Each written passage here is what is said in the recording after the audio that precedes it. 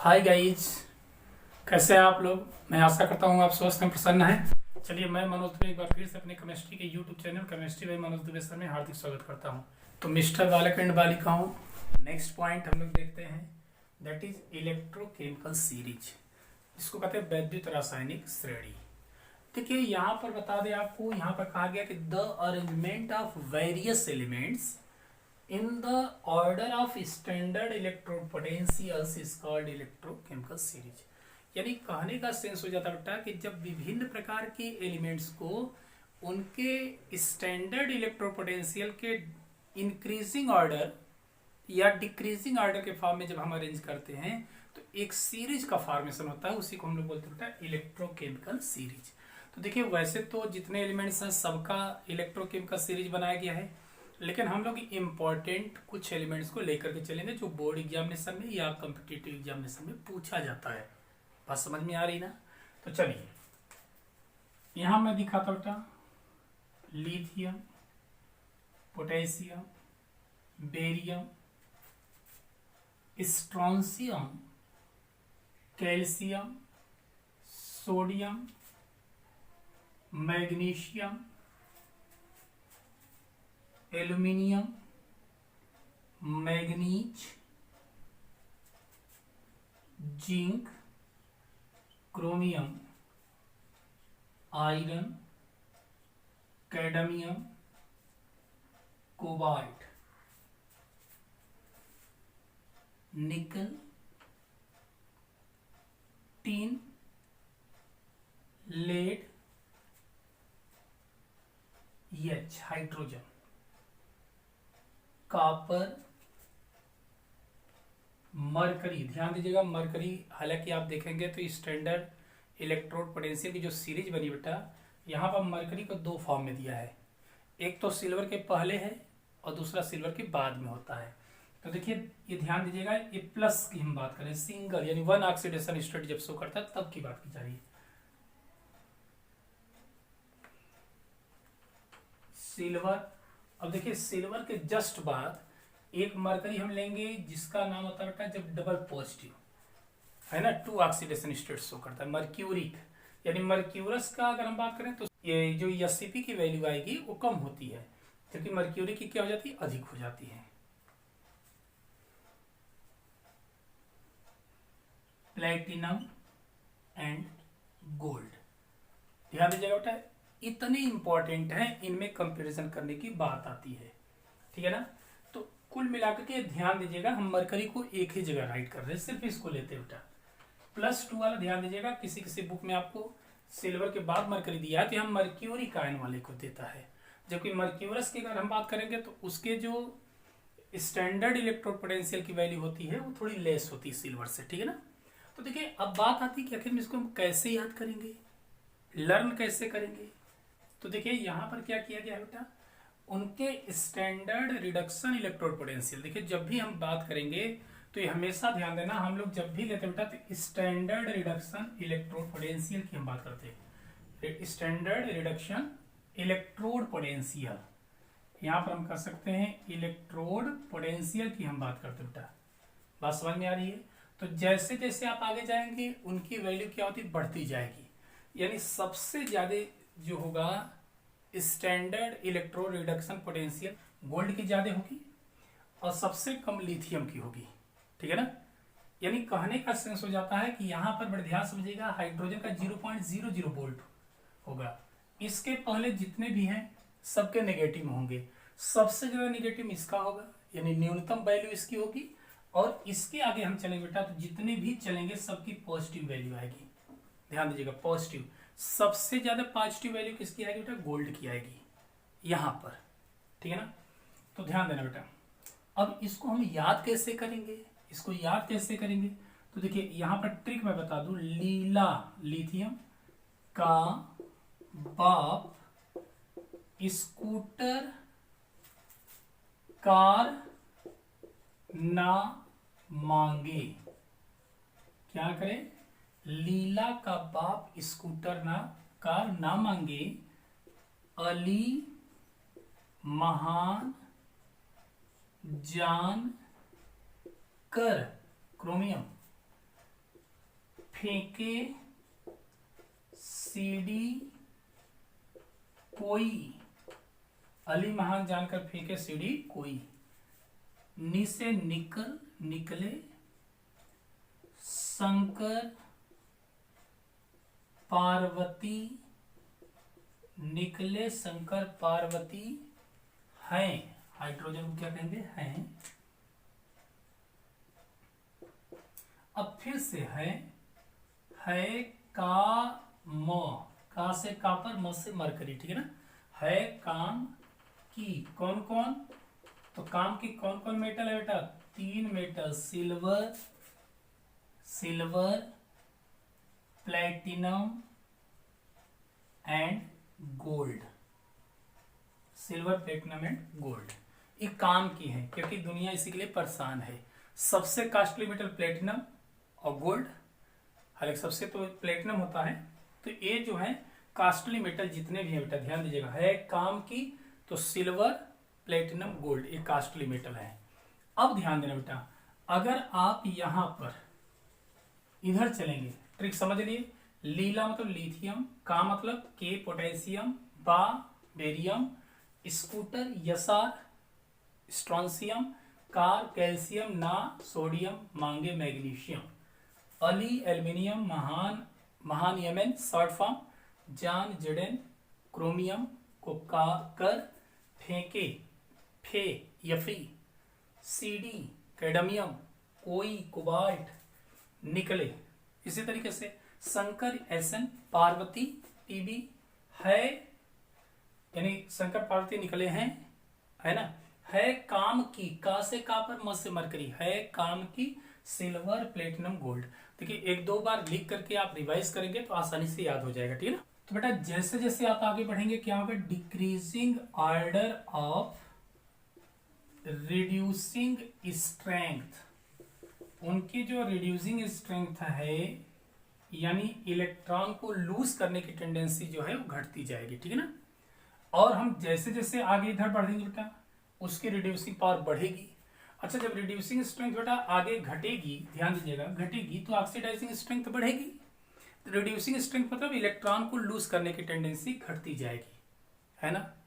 और ऑक्सीडाइजिंग मतलब क्या बेटा, इलेक्ट्रॉन को एक्सेप्ट करने की टेंडेंसी बढ़ेगी। तो ध्यान दीजिएगा decreasing order of reducing strength, जैसे जैसे हम चले बेटा सबसे ज्यादा रिड्यूसिंग स्ट्रेंथ किसकी होगी, लिथियम की, और सबसे कम किसकी होगी, गोल्ड की। बात समझ में आ रही है। ये इस तरीके से एलिमेंट्स को अरेंज किया गया है। अब ध्यान देना बेटा इसकी हाइड्रोजन के पहले इसका 0.00 वोल्ट कंसीडर करते हैं, इसके पहले आप चलेंगे जैसे जैसे चलेंगे वैल्यू नेगेटिव में आएगी। किस में आएगी, इधर की वैल्यू किस में आएगी, नेगेटिव में आएगी, यानी वैल्यू घटती जाती है। इधर बेटा इसके आगे चलेंगे तो इसकी वैल्यू जो आएगी एससीपी की वो पॉजिटिव में आती है। बात समझ में आ रही है। एक चीज और नोट कर लेना, एक चीज और नोट कर लेना, आप लोग नोट कर लीजिए, ये मेटल्स के लिए बेटा है, मेटल के लिए। अगर नॉन मेटल की अगर हम बात करें तो फ्लोरीन क्लोरीन ब्रोमीन आयोडीन में से ठीक उल्टा चलेगा। मेटल में हमेशा ध्यान देना वो मेटल ज्यादा इफेक्टिव होता है जिसकी रिड्यूसिंग पावर ज्यादा हो, यानी एससीपी की वैल्यू जितनी ज्यादा नेगेटिव में होगी वो उतना ही पावरफुल होता है, ज्यादा रिएक्टिव होता है। लेकिन नॉन मेटल की अगर हम बात करेंगे तो जो जितना ज्यादा ऑक्सीडाइजिंग एजेंट होता है, ऑक्सीडाइजिंग पावर जिसकी जितनी ज्यादा होती है वो उतना ही पावरफुल माना जाता है।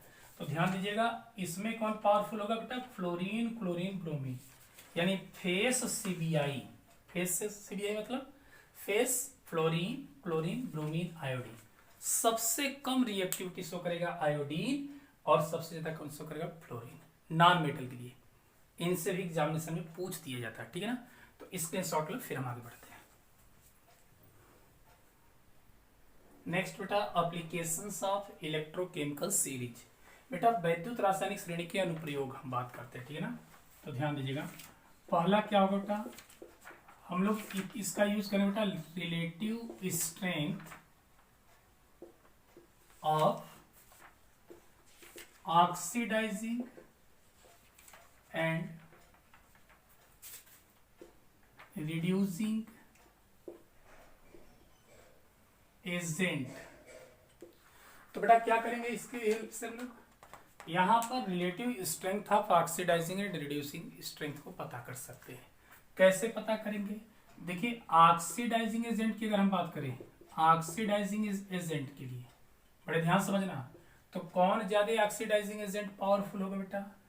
जिसकी स्टैंडर्ड इलेक्ट्रोड पोटेंशियल की वैल्यू जितनी ज्यादा होगी बेटा, ठीक है ना, जितनी ज्यादा होगी बेटा स्टैंडर्ड इलेक्ट्रोड पोटेंशियल, वो भी किस फॉर्म में? रिडक्शन के फॉर्म में लिया गया। ध्यान दीजिएगा, जब भी हम न्यूमेरिकल भी सॉल्व करेंगे तो रिडक्शन मतलब क्या होता है बेटा?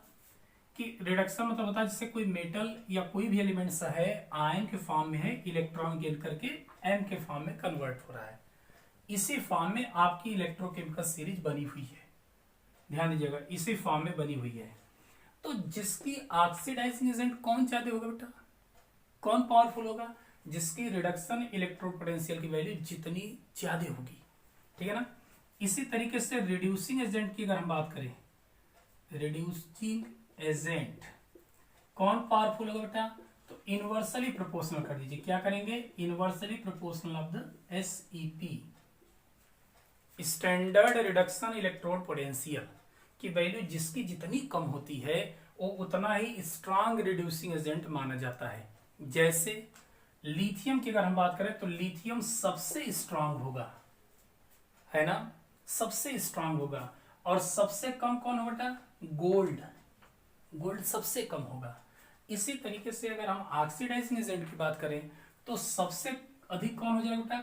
गोल्ड सबसे अधिक होगा और लिथियम सबसे कम होगा, ठीक है ना। तो इनको भी हम पता कर सकते हैं। दूसरा पॉइंट है ना, इन फाइंड आउट इलेक्ट्रोमोटिव फोर्स, बेटा EMF को भी पता करने में हम लोग यूज कर सकते हैं।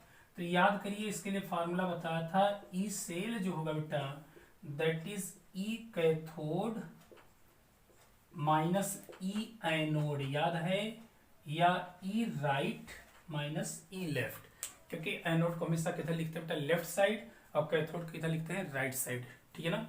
तो इसमें भी आप यूज कर सकते हैं, इनमें भी इनका यूज किया जा सकता है। प्रेडिक्टिंग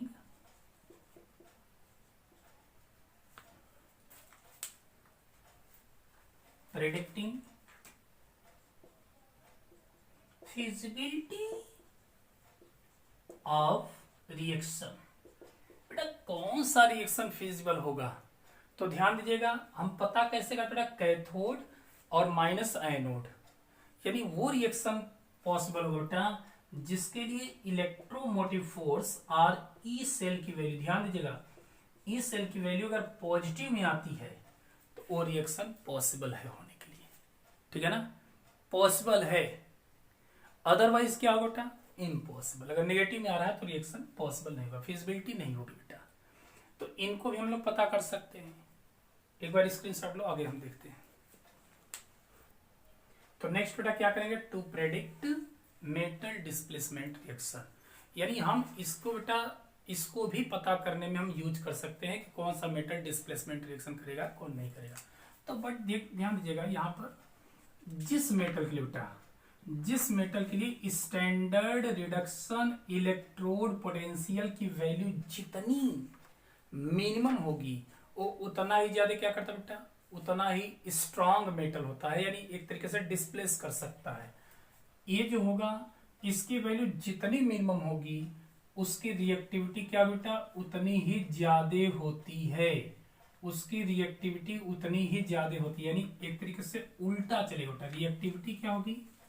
रिएक्टिविटी इनवर्स होती है किसकी? स्टैंडर्ड रिडक्शन इलेक्ट्रोड पोटेंशियल, यानी जिसकी SREP की वैल्यू जितनी कम होगी बेटा वो उतना ही ज्यादा रिएक्टिविटी शो करता है। जैसे देखिए, ध्यान दीजिएगा, कॉपर सल्फेट है ना, इसमें आपने जिंक मेटल लाया बेटा, तो जिंक क्या करेगा? ससमान कॉपर को डिस्प्लेस कर देगा। यहां से एक इंपॉर्टेंट क्वेश्चन बनता बेटा कि क्या कारण है कि जब कॉपर सल्फेट के सॉल्यूशन में बेटा, कॉपर सल्फेट के सॉल्यूशन में जिंक की रॉड को डीप करते हैं, डुबोते हैं, तो उसका ब्लू कलर डिसअपीयर हो जाता है। गायब हो जाता है। तो क्यों? क्योंकि बेटा इसके पहले क्या था, क्यूपरिक आयन सॉल्यूशन में था, अब किसमें कन्वर्ट हो गया बेटा, जिंक आयन में कन्वर्ट हो गया, क्योंकि कॉपर जिंक के द्वारा डिस्प्लेस हो गया। अब बेटा कॉपर सॉलिड के फॉर्म में चला गया कलरलेस, और जिंक सल्फेट जिंक आयन में कोई कलर नहीं होता है, तो सॉल्यूशन कैसा हो जाएगा, कलरलेस। बोर्ड में कई बार पूछा गया, ध्यान दीजिएगा। तो क्योंकि कॉपर से जिंक जो होता है ज्यादा रिएक्टिविटी शो करता है। अच्छा, इलेक्ट्रोकेमिकल सीरीज में अगर आप ध्यान से देखेंगे, ठीक है ना, स्क्रीन पर आपको दिखेगा, तो अगर जिंक और कॉपर की हम बात करें तो इसका बेटा नेगेटिव में आता है और इसका क्या हो जाएगा, पॉजिटिव में आएगा, ठीक है ना। ऑक्सीडाइजिंग पावर ऑफ हैलोजन, किसमें, हैलोजन। तो याद करिए, अभी मैंने बताया ना बेटा, हैलोजन के लिए ठीक उल्टा हो जाएगा बेटा। फ्लोरीन की देखेंगे तो जो एस आर की वैल्यू आती है, SRP की, यानी स्टैंडर्ड रिडक्शन पोटेंशियल की जो वैल्यू आती है वो अधिक होती है, ठीक है ना। तो इसमें ठीक उल्टा चलता है। नॉन मेटल के देखिए उल्टा चलेगा बेटा। इनकी नॉन मेटल की रिएक्टिविटी अगर हम बात करें, नॉन मेटल या हैलोजन, हैलाइड्स कह सकते हैं, हैलाइड्स या हैलाइड्स को ही क्या कर सकते हैं, नॉन मेटल की रिएक्टिविटी, ध्यान देना बेटा, रिएक्टिविटी जो होगी वह SREP के डायरेक्टली प्रोपोर्शनल होगा। यानी जिसके लिए स्टैंडर्ड रिडक्शन इलेक्ट्रोड पोटेंशियल की वैल्यू जितनी ज्यादा होगी, पॉजिटिव में आएगी बेटा, जितनी ज्यादा पॉजिटिव में आएगी वो उतना ही ज्यादा रिएक्टिविटी शो करता है। चलिए एक एग्जांपल मैं ले लेता हूं। सपोज करो बेटा, सपोज करो आप मैग्नीशियम आयोडाइड है, हमने ब्रोमिनेशन करा दिया, ब्रोमिनेशन, तो ब्रोमीन क्या करेगा, इजिली आयोडीन को डिस्प्लेस कर देगा। क्या करेगा, डिस्प्लेस कर देगा। क्यों? क्योंकि आप देखेंगे तो ब्रोमीन, अभी मैंने बताया था ना कि फ्लोरीन मोर ऑक्सीडाइजिंग एजेंट है, उसके बाद क्लोरीन, फिर ब्रोमीन, फिर आयोडीन, है ना। किसी भी नॉन मेटल की अगर हम बात करें तो उसके लिए स्टैंडर्ड रिडक्शन इलेक्ट्रोड पोटेंशियल की वैल्यू जितनी ज्यादा होगी वो उतना ही ज्यादा रिएक्टिविटी शो करता है। अब रिएक्टिविटी का क्या सीक्वेंस बेटा, फ्लोरीन, क्लोरीन, ब्रोमीन, आयोडीन। ध्यान दीजिएगा उल्टा चलना है बेटा नॉन मेटल के लिए, मेटल के अपोजिट। तो ये सब जो है इनकी हेल्प से हम लोग पता कर सकते हैं। स्क्रीनशॉट लें, फिर हम आगे देखते हैं। यहाँ इलेक्ट्रोकेमिकल सीरीज का पिक दिया हुआ है, उसको ध्यान से देखें। तो बेटा देखो, next Nernst equation, Nernst equation बेटा बहुत ही इंपॉर्टेंट, इस लेसन का सबसे इंपॉर्टेंट पॉइंट है बेटा नर्स्ट इक्वेशन। ध्यान दीजिएगा, इस पर एक न्यूमेरिकल्स आना ही है। आज ही आपका बोर्ड का पेपर आउट हो गया, चाहे IIT हो बेटा, चाहे जेई एग्जामिनेशन, चाहे नीट एग्जामिनेशन दे रहे हो, इससे जरूर एक क्वेश्चन रहेगा। ऐसा हो ही नहीं सकता कि न दे, ठीक है ना। तो आज आपको बता दूं कि 3 से 4 नंबर का क्वेश्चन जरूर यहां से बनेगा। लिख लीजिए इस चीज को, नोट कर लेना बेटा, ठीक है ना। इन्होंने किया कि मान लीजिए जैसे स्टैंडर्ड इलेक्ट्रोड पोटेंशियल है, ध्यान दीजिएगा 25 डिग्री सेल्सियस या 298 केल्विन टेम्परेचर है ना, 1 मोलर कंसंट्रेशन अगर होगा तो हम इजीली फाइंड आउट कर सकते हैं क्योंकि पता किया गया है। लेकिन अदर कंडीशन में लिया जाए, टेम्परेचर को चेंज कर दिया जाए, प्रेशर को चेंज कर दिया जाए, है ना, कंसंट्रेशन को चेंज कर देंगे, तब क्या होगा, कैसे हम पता करेंगे।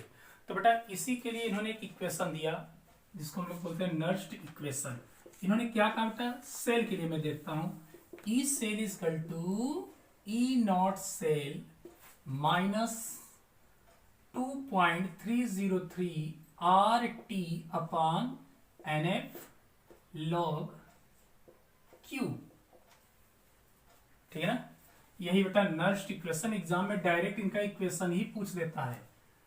अब ई सेल क्या है बेटा, ई सेल जो है इसको बोलते हैं बेटा हम लोग इलेक्ट्रोमोटिव फोर्स, यानी एक तरीके से किसी भी टेम्परेचर कंसंट्रेशन पर जो उसकी इलेक्ट्रोड पोटेंशियल होती है बेटा सेल की, उसको रिप्रेजेंट करता है, उसको represent.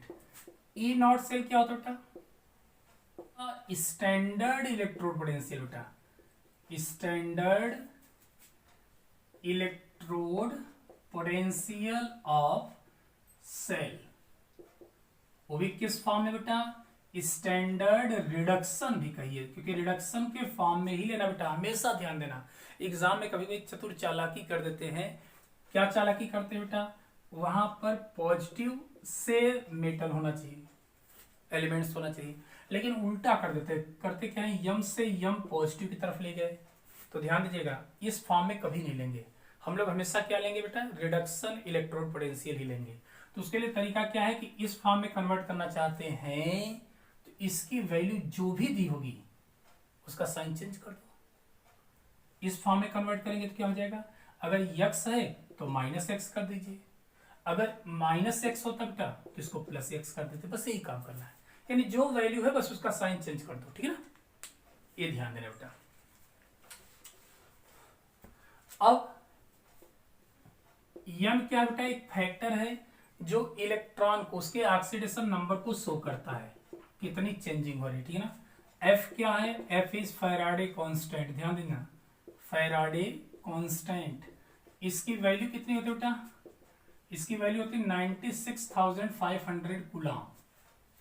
Okay, R is gas constant, R is gas constant, इसकी वैल्यू होती है 8.314 joule kelvin inverse and mole inverse. Okay, और टी क्या है बेटा, टी क्या है, T is absolute temperature.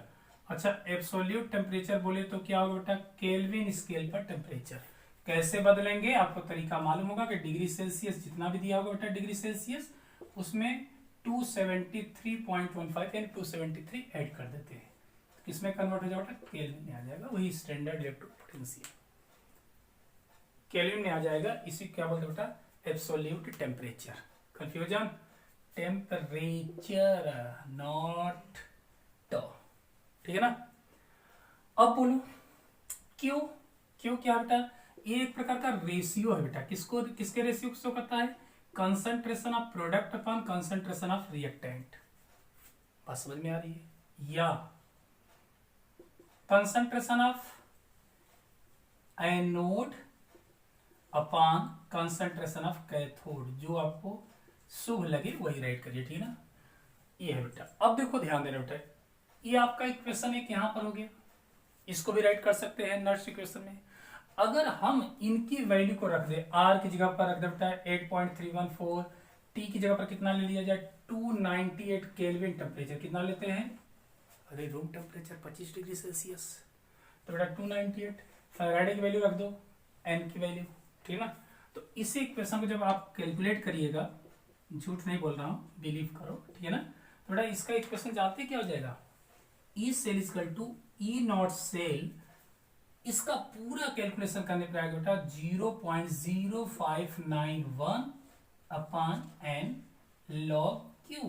Q बोले तो product, concentration of the product upon concentration of the reactant.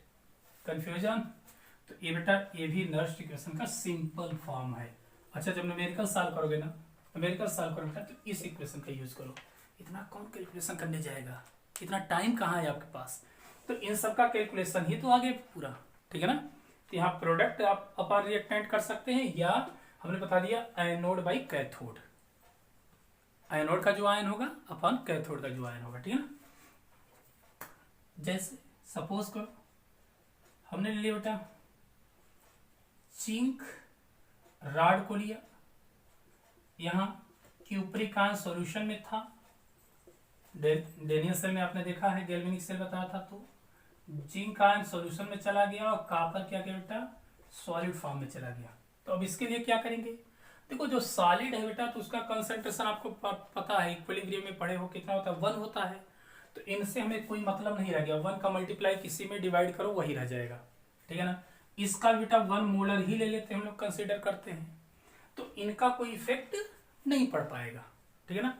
तो अब हम करते क्या बेटा, एनोड कौन था, जिंक से जिंक आयन, तो जिंक आयन का कंसंट्रेशन ऊपर हो जाएगा, यहाँ क्या लिखा बेटा, इस इक्वेशन के लिए हो जाएगा log concentration of zinc ion, क्योंकि एनोड वाला टर्म यही है, अपॉन कैथोड, कैथोड वाला टर्म क्या बेटा कैथोड वाला टर्म क्या है, Cu डबल पॉजिटिव, बन जाएगा इक्वेशन, ठीक है ना। तो ये बेटा आपका हो गया नेक्स्ट इक्वेशन। अब एक कंडीशन और हम लेंगे, स्क्रीनशॉट लो, फिर हम आगे बढ़ते हैं। फॉर इक्विलिब्रियम, बेटा जब इक्विलिब्रियम कंडीशन में होगा, सोचो सोचो सोचो, तो क्या होगा, इस सेल की वैल्यू क्या हो जाएगी बेटा, नील बटे सन्नाटा, जीरो। इस सेल की वैल्यू क्या हो जाएगी, जीरो। तो बेटा सोचो, आपने नेक्स्ट इक्वेशन क्या लिखा था, E cell equal to E not cell minus 0.0591। अच्छा लिखना चाहो तो 0.06 लिख लिया करो, चालाकी से बता रहा हूं। न्यूमेरिकल सॉल्व करते समय क्या करोगे, 0.06 लो, छोड़ो, भले से फार्मूला में दिखा दीजिए। कुछ टीचर होते हैं कि उनको वही पॉइंट चाहिए, वही पॉइंट चाहिए। बेटा यहाँ पर क्या था, प्रोडक्ट अपॉन रिएक्टेंट, यानी कंसंट्रेशन जो प्रोडक्ट साइड में है upon reactant, anode upon cathode, ठीक है। चलो बेटा, जब इसकी वैल्यू बेटा जीरो होगी, इसकी वैल्यू सोचो जीरो हो जाएगी, तो क्या हो जाएगा बेटा, क्या होगा, वही होगा जो मंजूरे खुदा होगा। ई नॉट सेल भेज दो बेटा इसको, तो क्या हो जाएगा, पॉजिटिव में आ जाएगा, वही होगा जो मंजूरे खुदा होगा, यही ना होगा जी, वही होगा जो मंजूरे खुदा होगा, यही होगा, क्या होगा, यही होगा, ठीक है ना। तो जब इक्विलिब्रियम कंडीशन में कहा देगा बेटा, तो इसको आप ले लोगे। अच्छा यहीं पर एक और पॉइंट जान लो, एक पॉइंट और देख लो, देखो इस पर न्यूमेरिकल्स बेटा आएगा, ध्यान देना, न्यूमेरिकल्स आएगा। गिब्स बाबा भी काहे फ्री रहेंगे बेटा, गिब्स फ्री एनर्जी की भी हम बात करते हैं, गिब्स फ्री एनर्जी। बेटा गिब्स फ्री एनर्जी कैसे पता करेंगे, देखो कोई भी स्पॉन्टेनियस प्रोसेस है, स्वतः अगर कंप्लीट होने की क्षमता रखता है, तो आप इक्विलिब्रियम में क्लास 11 में पढ़े हो, झूठ मत बोलना। उसके लिए कहा गया था बेटा डेल्टा जी की वैल्यू ऑलवेज किस में आनी चाहिए, नेगेटिव में आनी चाहिए, तभी स्पॉन्टेनियस होगा, अदरवाइज नॉन स्पॉन्टेनियस। जैसे मोबाइल चलाना, अच्छा मोबाइल चलाना एक स्पॉन्टेनियस प्रोसेस है, पढ़ना नॉन स्पॉन्टेनियस, प्रेशर में ही पढ़ोगे, ठीक है, नॉन स्पॉन्टेनियस प्रोसेस। चलो इसके लिए हम लोग देखें बेटा, तो क्या इक्वेशन बनेगा, delta G equal to minus N F E cell. बेटा जब जी नॉट के फॉर्म में चलोगे, delta R G not, standard के फॉर्म में अगर हम चलें तो क्या हो जाएगा, minus N F E not cell, तब यहां पर आ जाएगा। बेटा अगर यहां नॉट चला तो यहां पर भी नॉट आ जाएगा। इस इक्वेशन को भी ध्यान देना, गिब्स फ्री एनर्जी भी पूछते था बेटा, स्टैंडर्ड ग्रिप, जब इसको कहेगा डेल्टा के फॉर्म में, सॉरी जी नॉट के फॉर्म में कहेगा तो क्या कहेंगे, स्टैंडर्ड, और जब स्टैंडर्ड नहीं करेगा तो नॉर्मल कंडीशन में होगा, ठीक है ना। तो इन पर भी हम लोग एक न्यूमेरिकल्स देखेंगे, स्क्रीनशॉट फिर आगे बढ़ते हैं। तो बेटा देखिए बोर्ड में किस तरीके से इस तरीके के क्वेश्चन बहुत ज्यादा पूछे जाते हैं, बहुत ज्यादा। देखिए क्या करा, calculate the electromotive force E cell and standard gives free energy delta R G not पूछ रहा है, and SCP in equilibrium for the following reaction. जो रिएक्शन दिया हुआ बेटा, रिएक्शन क्या दिया, देखिए ध्यान से देखिएगा, यहां पर एक रिएक्शन दिया हुआ है जिनकी वैल्यू दी गई बेटा, ठीक है ना, ये दिया गया है रिएक्शन में, ई नॉट से दिया हुआ बेटा, यहां बताइए कौन है बेटा, सी यू।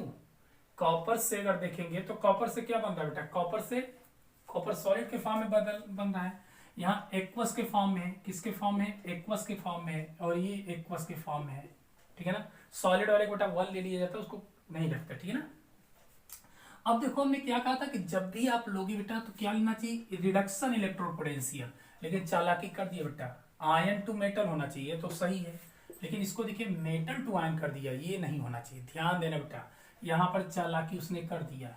हमें लेना क्या है, हमें लेना क्या बेटा, हमने हमेशा बताया कि आपको रिडक्शन इलेक्ट्रोड पोटेंशियल लेना है, और रिडक्शन जब भी होगा तो मेटल आयन टू मेटल का फॉर्मेशन होगा, और जब इसको कन्वर्ट करेंगे बेटा तो साइन क्या कहा था, चेंज, इतना बोल्ट होगा बेटा, साइन चेंज हो जाएगा।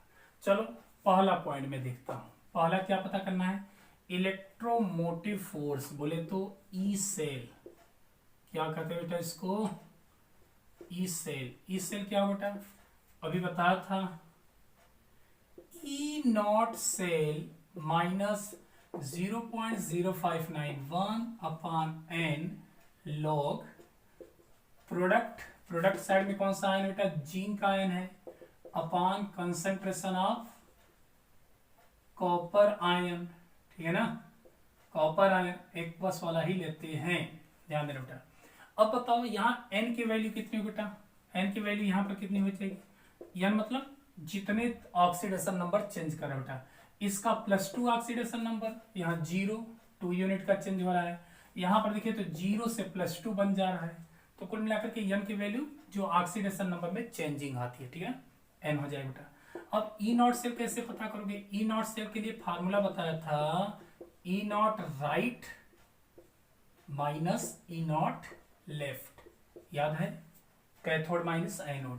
बेटा कैथोड कौन है, कॉपर यहाँ कैथोड की तरह काम कर रहा है, क्योंकि जिस पर रिडक्शन होता है सीआर कैथोड पर रिडक्शन, ठीक है ना, तो यहाँ पर आपको कॉपर वाले से इसको माइनस करना बेटा, तो 0.34 माइनस 0.76, बेटा इसको जब सॉल्व करेंगे तो हमें लग रहा है 6 4 10 7 3 10 11 है ना, 1.11 वोल्ट आ जाएगा इस सेल के लिए।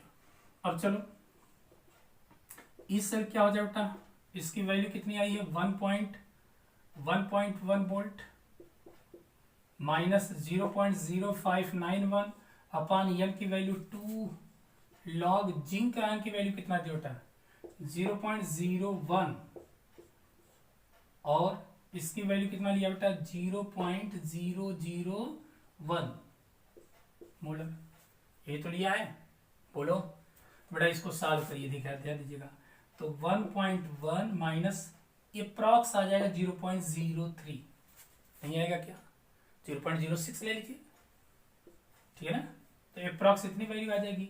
अब बेटा लॉग कितना आ जाएगा, ये 10⁻⁻2 है, इसको बेटा अगर हम चाहें तो क्या लिख सकते हैं, 10⁻⁻2, और ये कितना बेटा 10⁻³ है, तो -3 पड़ जाएगा, कितना बचेगा log 10, एक ही तो 10 बचेगा, और log 10 की वैल्यू कितनी होती है, 1 होती है, यानी 1 होती है, तो अप्रॉक्स कितना आ जाएगा बेटा, इसको माइनस कर दो, 1.10 माइनस 0.03 इंटू log 1, log 10 की वैल्यू होती है 1, ठीक है ना, तो बेटा 1 से मल्टीप्लाई करेंगे तो ही आ जाएगा, और हो जाएगा बेटा कितना 1.07 वोल्ट, यही आपका होगा बेटा ई सेल की वैल्यू, किसकी वैल्यू आ जाएगी, इलेक्ट्रोमोटिव फोर्स की वैल्यू इतनी हो जाएगी, ठीक है ना, स्क्रीनशॉट लो, फिर हम अगला देखते हैं। बेटा सेकंड क्या पता करना है, स्टैंडर्ड गिब्स एनर्जी, ठीक है ना, तो स्टैंडर्ड गिब्स एनर्जी क्या हो जाएगा बेटा, standard -NF E not cell, तो बेटा क्या हो जाएगा, माइनस एन की value 2 Faraday constant 96,500 coulomb, E not cell की वैल्यू कितनी आई 1.10 वोल्ट, 1.10 वोल्ट। बेटा इसको कैलकुलेट करेंगे बेटा, तो इसकी वैल्यू कितनी आ जाएगी, -21, माइनस में आएगा -21,2300 जूल पर मोल। अच्छा किलो जूल में बदलो बेटा, तो 1000 से भाग दे दो, डिवाइड करो तो -212.3 किलो जूल पर मोल भी कह सकते हैं, पर मोल, ठीक है ना। दूसरा भी आंसर आ गया बेटा। तीसरा क्या कर रहा है बेटा, आपको इक्विलिब्रियम कंडीशन में पूछ रहा है, इक्विलिब्रियम कंडीशन पे पूछ रहा है आपसे ई नॉट सेल की वैल्यू। तो बेटा ई नॉट सेल की वैल्यू क्या आई थी, 0.0591 अपॉन एन लॉग प्रोडक्ट यानी zinc ion upon copper ion, ये तो इक्वेशन था, बेटा। अब बोलो कितनी वैल्यू आएगी इसकी इक्विलिब्रियम कंडीशन में, 0.0591, एन की वैल्यू कितनी है बेटा 2 लॉग जिंक आयन की वैल्यू कितना दिया था, जिंक आयन की वैल्यू कितना दिया है, सोचिए, देखिए दिया हुआ कितना 0.01, और इसकी वैल्यू कितना दिया बेटा 0.001। बोलो बेटा इसको जब सॉल्व करोगे तो ये तो अप्रॉक्स कितना आ जाएगा, 0.03 के लगभग आएगा, 6 ले लेंगे, ठीक है ना।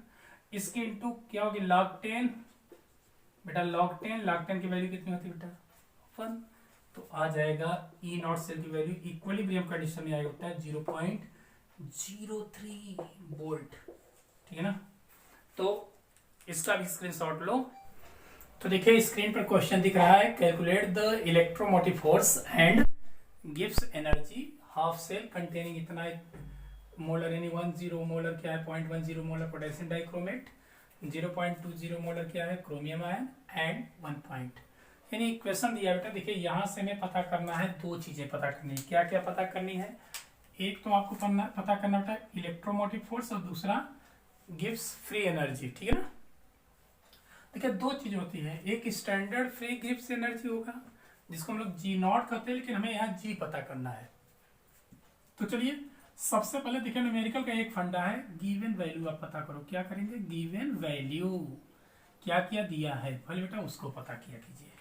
देखिए क्या क्या दे रहा है, इतना मोलर पोटेशियम डाइक्रोमेट। अच्छा पोटेशियम डाइक्रोमेट को जब ब्रेक करेंगे तो याद करिए, पोटेशियम डाइक्रोमेट जब ब्रेक होगा वाटर में तो इस फॉर्म में थोड़ी रहेगा वो, तो किस फॉर्म में हो जाएगा? 2 mole of potassium ion plus chromate ion. बात समझ में आ रही है? तो बेटा कुल मिलाकर के ये अगर हम 1 मोलर लिए हैं तो ये कितना मिलेगा? 1 मोलर ही मिलेगा। तो 0.10 मोलर अगर ये रहा होगा तो ये कितना रहा होगा? 0.10 मोलर। यानी पोटेशियम डाइक्रोमेट का जो कंसंट्रेशन है that is the concentration of Cr2O7 double negative. बात समझ में आ रही है? 0.10 मोलर। तो एक बेटा आपको यहां से पता चल गया। दूसरा पॉइंट क्या कह रहा है? देखिए 0. इतना molar chromium ion, chromium ion का भी कंसंट्रेशन दे दिया है। कितना दिया है? 0.20 मोलर। बात समझ में आ रही है? तीसरा क्या है बेटा? इतना दिया है हाइड्रोजन आयन मोलर, यानी कंसंट्रेशन ऑफ हाइड्रोजन आयन दिया बेटा 1.0 इंटू 10⁻⁻4 मोलर। और क्या दिया है? इतना। ये तो इक्वेशन दे दिया है। ई नॉट सेल भी दे दिया है। कितना दिया बेटा? 1.33 वोल्ट और log4 की वैल्यू दे दिया गया। ठीक है ना? देखिए आपको दो चीजें पता करनी है। एक तो पता करना है इलेक्ट्रोमोटिव फोर्स, इलेक्ट्रोड पोटेंशियल, यानी इसको हम कहेंगे बेटा ई सेल, ये पता करना है। और दूसरा क्या पता करना है? गिब्स फ्री एनर्जी पता करनी है। चलिए पहला मैं स्टार्ट करता हूं, कैसे पता करेंगे? According to Nernst equation E cell is equal to E not cell minus 0.0591 upon N log Q. Q बोले तो प्रोडक्ट अपॉन रिएक्टेंट। तो बताइए प्रोडक्ट साइड में क्या दिया बेटा? क्रोमियम आयन दिया है। Water is liquid, pure liquid और सॉलिड का 1 हो जाता है, इसलिए उसको हमें लेने की आवश्यकता नहीं होती है। जो एक्वस फॉर्म है उसी को हमें लेना है। तो क्या करेंगे बेटा? यहाँ पर हो जाएगा कंसंट्रेशन ऑफ क्रोमियम आयन के पावर 2 अपॉन इस साइड देखिए क्या क्या है? Chromate ion. तो concentration of Cr2O7 double negative और हाइड्रोजन आयन। हाइड्रोजन आयन कितना बेटा? 14 है। कंफ्यूजन? अब इनकी वैल्यू को रख दीजिए। तो ई नॉट सेल की वैल्यू कितना दिया है? 1.33 वोल्ट माइनस 0.0591 अपॉन यन की वैल्यू देखिए कितना होगा? क्रोमियम के अगर देखा जाए कितना हो जाएगा ऑक्सीडेशन नंबर? +6, और यहाँ क्रोमियम का +3 होगा। तो +6 से +3 यानी 3 यूनिट का वेरिएशन आ रहा है, जो कि कितने क्रोमियम है? 2 क्रोमियम है, तो 6 यूनिट का।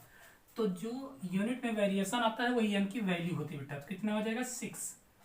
बात समझ में आ रही है? ऑक्सीडेशन रेडॉक्स रिएक्शन में पढ़े होंगे आप।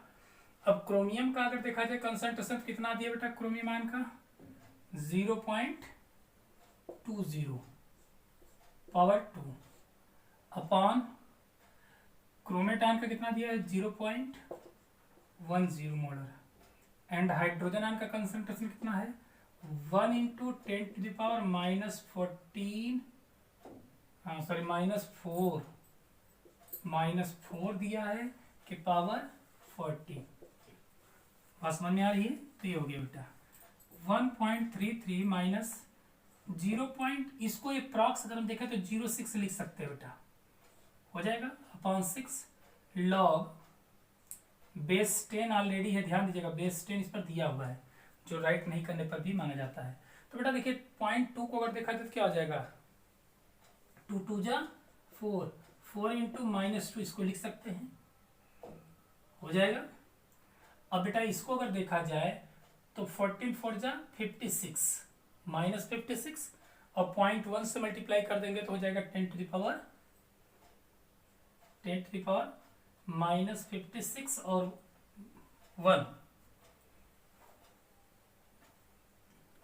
57। बात समझ में आ रही है। 1.1 से और मल्टीप्लाई करेंगे तो क्या होगा, एक नेगेटिव पावर और बढ़ जाएगा। बेटा ध्यान देना, इसको जब सॉल्व करेंगे तो 1.33 माइनस यहाँ पर आ जाएगा 0.016 से डिवाइड करेंगे। अब इसको देखिए, जब इसको हम ऊपर ले चलेंगे बेटा तो log बेस 10 ये ऊपर जब जाएगा तो क्या हो जाएगा +57 और 2 माइनस कर देंगे तो क्या हो जाएगा 55। तो हो जाएगा log 10 नहीं लिख रहा हूँ, बेस 10 है, 4 इंटू 10 टू द पावर 55। बात समझ में आ रही है, 4 इंटू 10 टू द पावर 55। बेटा जब इसको हम सॉल्व करेंगे तो देखिए क्या आएगा, 1.33 माइनस 0.101। अच्छा देखिए यहाँ पर गड़बड़ी कुछ लोग करते क्या है, तुरंत माइनस कर देते हैं, बहुत गलत है, क्योंकि पहले मल्टीप्लाई देन माइनस करेंगे, सब्ट्रैक्ट करेंगे, ठीक है ना। तो देखिए पहले इसकी वैल्यू पता करें, मल्टीप्लाई करके तब माइनस करना है आपको। तो देखो बड़े ध्यान से देखना बेटा, log 4 की वैल्यू कितना दिया है, log 4 की वैल्यू, क्योंकि इसको जब आप लिखेंगे ना तो जानते क्या हो जाएगा, ये log 4 हो जाएगा माइनस इंटू है तो हो जाएगा log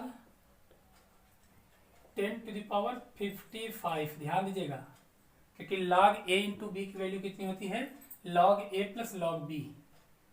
बात समझ में आ रही है। 1.33 माइनस 0.01, log 4 की वैल्यू कितनी होती है बेटा, log 4 की वैल्यू 0.6021 दिया गया है, एग्जाम में दिया रहेगा, आपको लर्न नहीं करना है। और बेटा ये 15 क्या होगा, फ्रंट पर आ जाएगा, तो 15 log 10 की वैल्यू 1 होती है, log 10 की वैल्यू 1 होगी, तो 1 जब 55 में मल्टीप्लाई करेंगे तो हो जाएगा 55। ओके बेटा थोड़ा और स्टेप एक ले चलिए, तो देखिए 0.01 इसको जब ऐड करेंगे तो हो जाएगा 55.6021। कंफ्यूजन। फिर क्या करना है, अब हम इसमें पहले मल्टीप्लाई करेंगे, तो 1.33 माइनस यहाँ पर हो जाएगा बेटा, इससे मल्टीप्लाई करेंगे तो डेसिमल क्या करेगा और लेफ्ट साइड आ जाएगा, यानी 0.55621। ओके तो बेटा अब इसको माइनस कर दो, आ लीजिए तो कितना हो जाएगा, 10 में से 2 डिजिट्स तक है, यहाँ तक अभी मैं रुकना है, 10 में से 1 गया 9, 9 to 7, 9 यहाँ बचेगा, यहाँ 5 हुआ ना, कितना हो जाएगा, हाँ सॉरी 9 6 3 हो जाएगा। अब यहाँ बचा बेटा 12 बचा है, 2 में से 12 में से 5 गया 7, यहाँ कितना बचा 2, 12 में से 5 7, ठीक है ना। अब डेसिमल कितने पे लगाना बेटा, 3 2 5, 2 2 4 1 5, 7.73979, यानी इसको अप्रोक्सीमेटली हम ले सकते हैं बेटा 7.8 वोल्ट के लगभग हम मान सकते हैं। तो आपको हो गया बेटा ई सेल की वैल्यू फाइंड आउट कर लिया हमने, किसकी वैल्यू पता हो गई, पहला ई इलेक्ट्रोमोटिव फोर्स पता हो गया। अब दूसरा देखिए, दूसरा क्या पता करना है आपको, दूसरा पॉइंट बेटा आरजी भी पता करना है, तो डेल आरजी इक्वल टू होता है बेटा minus N F E cell, यही तो होता है। तो ये किसकी वैल्यू है, ये वैल्यू है बेटा जानते हैं किसकी, ई सेल की वैल्यू दिया गया है, इलेक्ट्रोमोटिव फोर्स की वैल्यू है। तो बेटा जब इसको रखोगे तो माइनस एन की वैल्यू कितनी आई 6 है ना, अब फैराडे कांस्टेंट 96,500 और ई सेल की वैल्यू अप्रॉक्स आया 7.8 वोल्ट। बेटा इसको कैलकुलेट करिए, इसको कैलकुलेट करिए, तो इसको मल्टीप्लाई करेंगे बेटा तो कितना आ जाएगा 451,600 के लगभग में आ जाएगा बेटा जूल में। और जब किलो जूल में इसको कन्वर्ट करेंगे तो क्या हो जाएगा, किलो जूल में 1000 से डिवाइड कर देंगे तो 4516200, यानी डेसिमल कहाँ जाएगा बेटा, 1000 से डिवाइड करेंगे तो यहाँ पर, तो अप्रॉक्स आ जाएगी इसकी वैल्यू इतना किलो जूल, इतना किलो जूल। ठीक है ना। तो इस तरीके से देखिए एक न्यूमेरिकल जरूर रहेगा, 3 से 4 नंबर का न्यूमेरिकल नेक्स्ट क्वेश्चन पर जरूर रहेगा बेटा। ठीक है ना। तो स्क्रीनशॉट लो, फिर हम आगे बढ़ते हैं। कंडक्टर्स की हम बात करते हैं बेटा। तो कंडक्टर्स क्या होते हैं, इसके लिए कहा गया है कि substance that allow the process of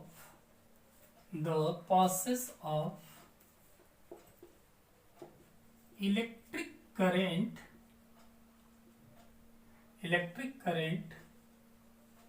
through themselves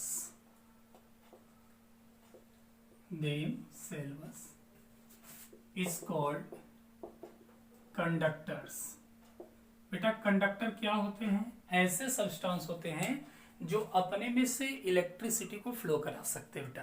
ठीक है ना। जैसे मेटल वगैरह क्या होती है, इलेक्ट्रिसिटी को फ्लो करा सकती हैं। लेकिन वही रबर की बात करें तो नॉन कंडक्टर होगा, या इंसुलेटर या बैड कंडक्टर कर सकते हैं, क्योंकि उसमें से इलेक्ट्रिसिटी फ्लो नहीं कर सकती। तो बेटा ध्यान देना, ये 2 प्रकार के होते हैं। There are 2 types of the conductor. कितने तरह के होंगे, 2 तरह के टाइप्स ऑफ कंडक्टर। बेटा कौन कौन होंगे, पहला होता बेटा, एक होता है इलेक्ट्रॉनिक कंडक्टर, या इसी का एक और प्यारा सा नाम है, हम लोग बोलते हैं बेटा मेटालिक कंडक्टर्स।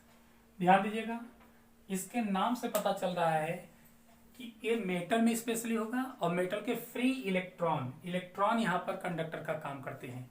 यानी यूं कह सकते हैं यहां पर क्या होगा, electrons are act as a conductor. बेटा कंडक्टर की तरह कौन एक्ट करेगा, यहां पर इलेक्ट्रॉन करते हैं। अच्छा आप जानते होंगे कि मेटल की अगर हम बात करें तो मेटल के लैटिस में 2 चीजें होती हैं, एक तो मेटल का आयन होता है, दूसरा फ्री इलेक्ट्रॉन उसमें पाए जाते हैं, और वही इलेक्ट्रॉन क्या करते हैं, इलेक्ट्रिसिटी को फ्लो कराने का काम करते हैं। तो ऐसे कंडक्टर को बेटा हम लोग बोलेंगे इलेक्ट्रॉनिक कंडक्टर। और पाया कहा था मेटल्स में।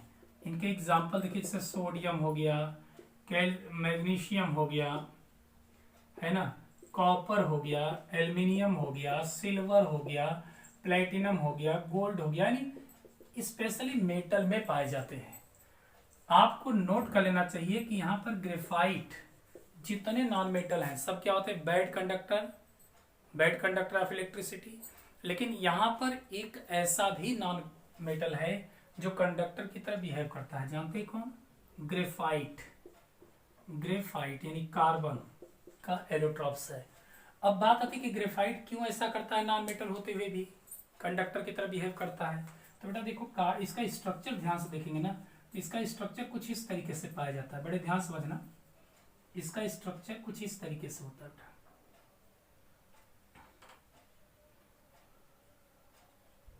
है ना।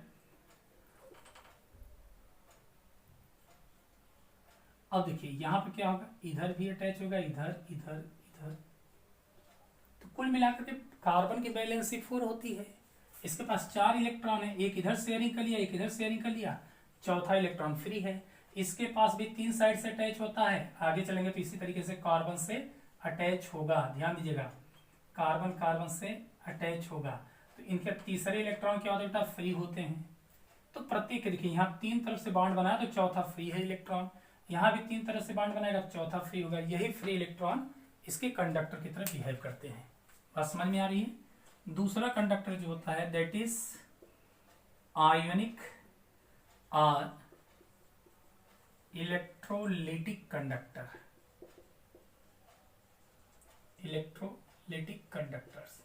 बेटा यहां पर अगर देखा जाए तो नाम से पता चल रहा है बेटा, यहां पर जो आयंस होते हैं, ions are act as a conductor, यहाँ पर जो आयंस होते हैं वो कंडक्टर की तरह बिहेव करते हैं। स्पेशली किसमें पाए जाते हैं? इलेक्ट्रोलाइट्स में। इलेक्ट्रोलाइट्स बोले तो जिनको वाटर में डिजॉल्व करने पर अपने आयन में ब्रेक हो जाते हैं, टूट जाते हैं, ठीक है ना। तो उन्हीं के आयन जो होते हैं फ्लो करके इलेक्ट्रिसिटी को पहुंचाने का काम करते हैं, एक कुरियर का काम करते हैं, पहुंचाने का काम करते हैं फ्लाइट की तरह, ठीक है ना। तो बेटा यहाँ पर एग्जाम्पल अगर देखा जाए तो सोडियम क्लोराइड, आप पढ़े हो केमिकल बॉन्डिंग में, सॉलिड फॉर्म में बैड कंडक्टर है क्योंकि वो एक दूसरे से अटैच होते हैं, लेकिन जब इसको हम वाटर में डिजॉल्व करें बेटा, it is break into sodium ion and chloride ion, और यही जो आयन है कैटायन एंड आयन, यही इलेक्ट्रिसिटी को फ्लो कराते हैं। ऐसे ही KCl, ammonium chloride, ammonium nitrate etcetera, तो ये दो तरह के बेटा कंडक्टर्स होते हैं। तो इसका भी स्क्रीनशॉट लो, फिर हम आगे बढ़ते हैं। चलिए बेटा नेक्स्ट मैं लेता हूं कंडक्टेंस, जिसको बोलते हैं G से रिप्रेजेंट करते हैं। किससे? G से। देखिए फिजिक्स में आप पढ़े हैं सब टर्म्स, क्लास 10th में भी पढ़े हैं। कंडक्टेंस मतलब क्या होता है? किसी भी सब्सटेंस के द्वारा इज टू फ्लो इलेक्ट्रिसिटी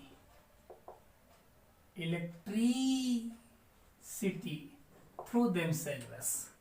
बेटा होता क्या है कि किसी भी सब्सटेंस के द्वारा इलेक्ट्रिसिटी को जो इजीली फ्लो करने की टेंडेंसी होती है बेटा ना, उसी को हम लोग बोलते हैं कंडक्टेंस। जो किसी भी कंडक्टर मतलब कंडक्टर की तरह बिहेव करके इलेक्ट्रिसिटी को पहुंचाने का काम करे, ठीक है ना, पहुंचाने का काम करता बेटा, उसी को हम लोग बोलते हैं कंडक्टेंस। कंडक्टेंस बेटा G से रिप्रेजेंट करते हैं।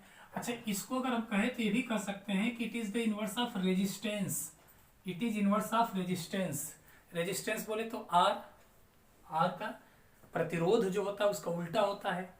इसका यूनिट क्या होगा बेटा? तो इसका यूनिट होगा प्रतिरोध का मात्रक क्या होता है बेटा? इसका रेजिस्टेंस पढ़े, इसका मात्रक क्या होता है? ओम। तो इसका हो जाएगा ohm inverse. Ohm inverse G की यूनिट भी पूछ दिया जाता है यहाँ से। और इसी की स्पेलिंग में उलट दीजिए बेटा, इसी को उलट दीजिए तो क्या हो जाएगा? महो, MHO, महो, है ना। या SI यूनिट अगर पूछ दिया जाए तो SI यूनिट इसका बेटा लिखते हैं, महो को हम लोग लिख देते हैं या ओम इनवर्स को साइमेंस, SIEMENS, साइमेंस, यानी S से रिप्रेजेंट करते हैं। तो कुल मिलाकर के कंडक्टेंस क्या होता है? It is the reciprocal of resistivity. यही कह सकते हैं कि किसी भी सब्सटेंस के द्वारा इलेक्ट्रिसिटी को फ्लो कराने की जो टेंडेंसी होती है बेटा इजिली, उसी को हम कंडक्टेंस कहते हैं, ठीक है ना। हिंदी बोलते हैं चालकत्व, फ्लो कराना। अब बेटा इसी से रिलेटेड दूसरा टर्म्स है रेजिस्टिविटी। चलिए इसी को भी हम लोग जान लेते हैं। रेजिस्टिविटी मतलब बेटा बेटा सेकंड क्या होगा? इसी से रिलेटेड एक नया टर्म है रेजिस्टेंस। क्या होती है? रेजिस्टेंस। हिंदी बेटा बोलते हैं इसको प्रतिरोध, जैसा कि नाम से पता चल रहा है, विरोध करना, यानी एक तरीके से obstruction of flow of electricity. जो इलेक्ट्रिसिटी फ्लो करती बेटा, जो उसको ऑब्स्ट्रक्ट करता है, यानी रोकने का जो काम करता है, उसी को हम कहते हैं प्रतिरोध। दूसरे शब्द में हम यूं कह सकते हैं कि जो प्रतिरोध है बेटा, रेजिस्टेंस जो होता है, resistance is inverse of the conductance, ठीक है ना। ये भी कह सकते हैं कि it is the inverse of conductance. G बोले तो कंडक्टेंस, कंडक्टेंस का उल्टा होता है बेटा। कंडक्टेंस से इलेक्ट्रिसिटी को फ्लो कराएगा। जैसे सपोज दैट आप आगे बढ़ रहे हो और पड़ोसी क्या कर रहा है? पीछे खींचने का काम करता है, तो वो क्या है? रेजिस्टेंस का काम कर रहा है, और फ्लो करके आप कंडक्टेंस का काम करते हो। वही कंडीशन बेटा। अब इसका देखिए यूनिट क्या होगा? रेजिस्टेंस की यूनिट क्या होगी? तो 1/, इसकी क्या होती है? Ohm inverse. तो इसको बेटा हो जाता है ओम, इट्स यूनिट इज ओम। अच्छा, ओम को अगर रिप्रेजेंट करना चाहते हैं तो यूं रिप्रेजेंट कर देते बेटा, ऐसे भी राइट करते हैं। जैसे जो डक्ची होती है उल्टा डक्ची कर दो बेटा, तो उसकी यूनिट होती है ओम की। Symbol. Third point is resistivity. ध्यान दे बेटा, रो किससे रिप्रेजेंट करते हैं? रो से, RHO। रो के लिए कहा गया बेटा, तो देखिए एक्सपेरिमेंटली देखा जाता है कि जब हम किसी इलेक्ट्रोलाइट को डिजॉल्व करेंगे, ठीक है ना। मान लीजिए इसमें इलेक्ट्रोलाइट्स है, यहाँ इलेक्ट्रोड्स लगे हुए हैं, इन इलेक्ट्रोड्स के बीच डिस्टेंस जो है बेटा वो सपोज करिए कि L है, कितनी है, डिस्टेंस L है, और इनका जो एरिया ऑफ क्रॉस सेक्शन है, इसकी जो मोटाई है जो इलेक्ट्रोड यूज किया है वो A है। तो रेजिस्टेंस के लिए कहा गया है कि रेजिस्टेंस जो होता है, resistance is directly proportional to the length, directly proportional to the length. यानी जो इलेक्ट्रोलाइट्स आप फिल किए हैं इसमें जो इलेक्ट्रोड्स लगे हैं, इलेक्ट्रोड्स के डिस्टेंस जितनी ज्यादा होगी, इनकी लेंथ जितनी ज्यादा होगी बेटा, उतना ज्यादा रेजिस्टेंस होता है। जितना पास में इलेक्ट्रोड्स होंगे रेजिस्टेंस कम होगा, जितना दूर आप बढ़ाते जाओगे ना रेजिस्टेंस भी बढ़ता जाएगा।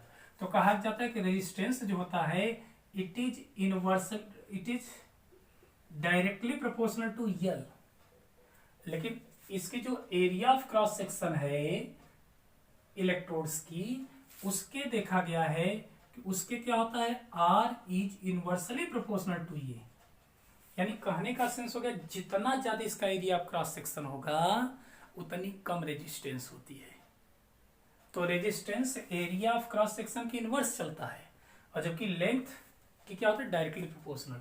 बेटा इन दोनों को अगर मर्ज कर दिया जाए तो क्या कहानी बनेगी, R proportional to L by A। बेटा इसी को हम लिख सकते हैं R equal to rho L by A, क्योंकि आपको ये पता है। देखिए बड़ा इंपॉर्टेंट इक्वेशन है, इस पर न्यूमेरिकल सॉल्व करना पड़ेगा, क्योंकि जब प्रोपोर्शनलिटी आप हटाएंगे तो प्रोपोर्शनलिटी कांस्टेंट में रो आ जाता है। इसको बोलते बेटा रो, और इसी को हम लोग क्या बोलते बेटा, रेजिस्टिविटी।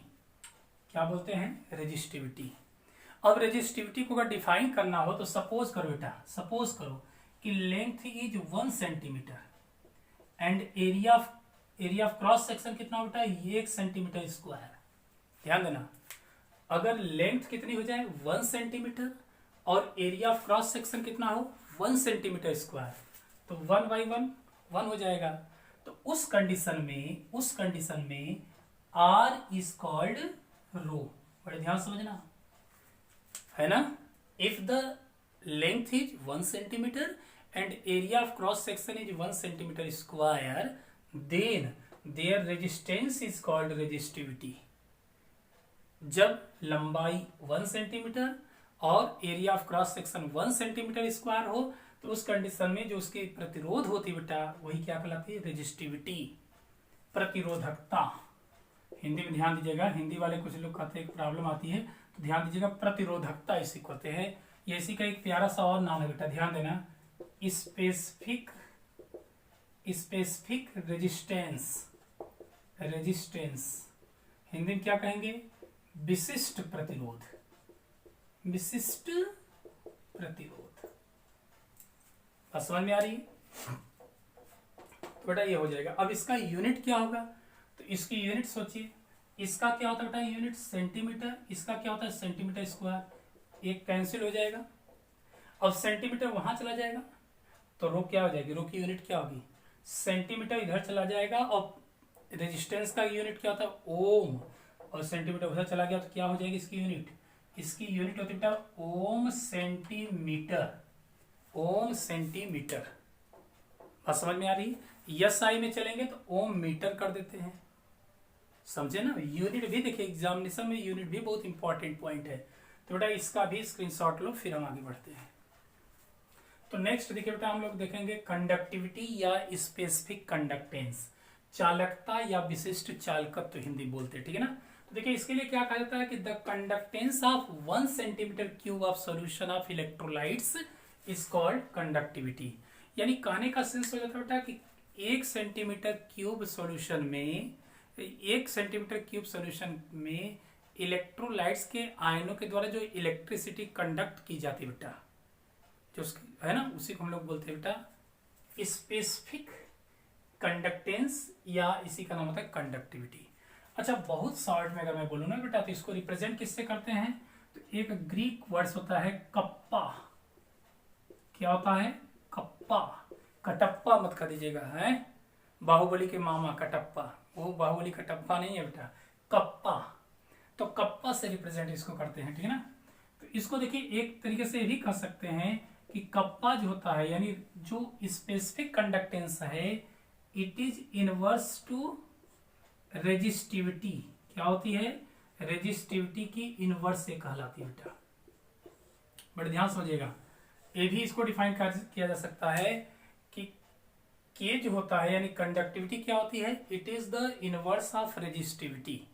रेजिस्टिविटी का इनवर्स होता है बेटा कप्पा। इसकी यूनिट क्या हो जाएगी? तो कप्पा रेजिस्टिविटी की यूनिट आपको बताया था, क्या था? ओम सेंटीमीटर। तो इसमें क्या हो जाएगा? कप्पा की यूनिट क्या हो जाएगी बेटा? Unit of kappa conductivity is ohm inverse centimetre inverse, है ना? या ओम की जगह पर चाहें तो म्हो सेंटीमीटर इनवर्स कर सकते हैं। एसआई में चलेंगे तो ओम की जगह पर क्या होता है? साइमेंस यूज करते हैं। तो अगर एसआई यूनिट अगर देखा जाए तो हो जाएगा बेटा साइमेंस, और मीटर क्या, सेंटीमीटर क्या करते हैं? Metre inverse. Siemens metre inverse भी हो जाती है इसकी यूनिट। एक चीज ध्यान देना बेटा, बड़ा इंपॉर्टेंट पॉइंट है कि कंडक्टेंस जो होता है, जो कंडक्टेंस होता है वो डाइल्यूशन बढ़ाने पर यानी पानी अगर मिलाते जाएंगे तो उसकी कंडक्टेंस पावर बढ़ेगी। क्यों? क्योंकि जैसे जैसे वाटर आप मिलाएंगे तो अगर स्ट्रांग इलेक्ट्रोलाइट्स है तो उनके आयन के बिटवीन डिस्टेंस बढ़ जाएगा, जिससे रेजिस्टेंस कम होगा, फ्लो करेगा ज्यादा। वीक है तो आप जानते हैं वीक इलेक्ट्रोलाइट्स क्या होगा? तेजी से ब्रेक होना शुरू कर देता है, उसके आयन बढ़ेंगे। लेकिन कंडक्टिविटी की अगर हम बात करें बेटा, कंडक्टिविटी की बात करें इसकी, तो कंडक्टिविटी जो होती है डाइल्यूशन बढ़ाने पर उसकी कंडक्टिविटी डिक्रीज करती है बेटा। ठीक है ना? यानी डाइल्यूशन, पानी मिलाते जाएंगे तो डाइल्यूशन इंक्रीज करेंगे तो कंडक्टिविटी क्या होगी? कंडक्टिविटी डिक्रीज करेगी। क्यों? क्योंकि पर वॉल्यूम में नंबर ऑफ आयंस कम रहते हैं। लेकिन अगर डाइल्यूशन बढ़ाएंगे, डाइल्यूशन मतलब पानी मिलाना, कंसंट्रेशन को घटाना, तो डाइल्यूशन को जब बढ़ाएंगे बेटा तो उस कंडीशन में कंडक्टेंस की अगर हम बात करें तो कंडक्टेंस यानी जी जो होता है ये बढ़ता है। अब मजे की बात बता दो बेटा, देखिए बच्चों को कंफ्यूजन होता है तो याद करो, थोड़ा सा समरी में बता दूं। देखिए ये क्या होता है? कंडक्टेंस। कंडक्टेंस का उल्टा क्या होगा बेटा? रेजिस्टेंस। कंडक्टेंस रेजिस्टेंस और रेजिस्टेंस कंडक्टेंस एक दूसरे के इनवर्स होते हैं। दूसरी बात, अगर मैं बात करूं कंडक्टिविटी तो ये क्या हो जाएगा? रेजिस्टिविटी का इनवर्स होता है। ठीक है ना? दोनों एक दूसरे के इनवर्स, ए भी। तो कंडक्टेंस रेजिस्टेंस, नाम देखिए, बोलने का उच्चारण भी देखिए सेम आ रहा है। Conductance resistance, conductivity resistivity. ठीक है ना? थोड़ा ये है कंडक्टेंस एंड कंडक्टिविटी, इनका भी स्क्रीनशॉट लो, फिर हम आगे बढ़ते हैं।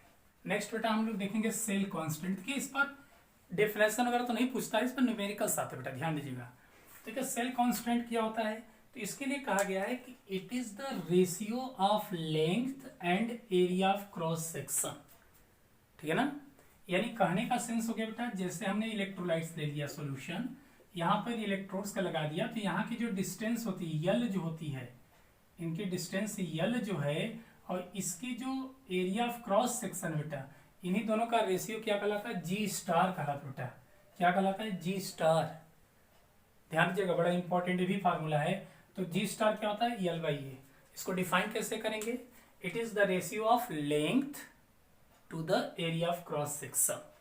तो बेटा इसकी यूनिट क्या होगी? तो सोचिए लेंथ की यूनिट क्या होती है? सेंटीमीटर, और एरिया ऑफ क्रॉस सेक्शन का सेंटीमीटर स्क्वायर, तो क्या हो जाएगा? Centimetre inverse. या साई में चलेंगे तो मीटर इनवर्स कर सकते हैं। बात समझ में आ रही है? तो देखो एक फार्मूला यहाँ पर एक और हम लोग बनाने चल रहे हैं। कौन सा फार्मूला? जैसे अभी आपने पढ़ा था कि रेजिस्टेंस जो होता है that is rho L by A, याद है? था कि नहीं यार बेटा? अब इसको देखिए फार्मूला अगर चेंज करें तो rho equal R equal to क्या होगा? Rho resistance equal to resistivity into G star. L by A को क्या बोलते हैं? सेल कांस्टेंट बोलते हैं। तो एक फार्मूला यहाँ पर भी हो सकता है, अगर रेजिस्टेंस दिया हो, इसको दिया हो, सेल कांस्टेंट पूछे तो आप फार्मूला यूज कर सकते हैं। या इसी फार्मूले को देखिए हम और फॉर्म में लिख सकते हैं बेटा, है ना? तो ये रो जो है इसको क्या लिख सकते हैं बेटा, 1/कप्पा लिख सकते हैं क्या, कंडक्टिविटी। और यल बाई ए को क्या कह सकते हैं बेटा, जी स्टार कह सकते हैं। तो यहां से फार्मूला क्या बनेगा, जी स्टार है ना, यहाँ पर के को इधर भेज दें तो क्या हो जाएगा, resistance into conductivity is called G star, cell स्थिरांक कहलाएगा। तो इस तरीके से फार्मूला हम लोग चेंज कर लेते बेटा इसको, ठीक है ना। अब चलो नेक्स्ट हम लोग लेते बेटा मोलर कंडक्टेंस या कंडक्टिविटी, बेटा लैम्डा एम, लैम्डा एम ये क्या होता है, देखिए इन पर भी फार्मूला है बहुत इंपॉर्टेंट। बेटा सपोज करो कि यहाँ की लेंथ 1 सेंटीमीटर हो और एरिया ऑफ क्रॉस सेक्शन कितना ले लिया जाए बेटा, 1 सेंटीमीटर स्क्वायर लिया जाए, है ना। और उसमें 1 लीटर सॉल्यूशन में 1 लीटर वाटर हमने लेकर के 1 लीटर वाटर बेटा 1 मोल सॉल्यूट को डिजॉल्व कर दूं, तब जो उसकी कंडक्टेंस आती है that is called molar conductance, है ना। यानी यो कह सकते हैं conductance of 1 molar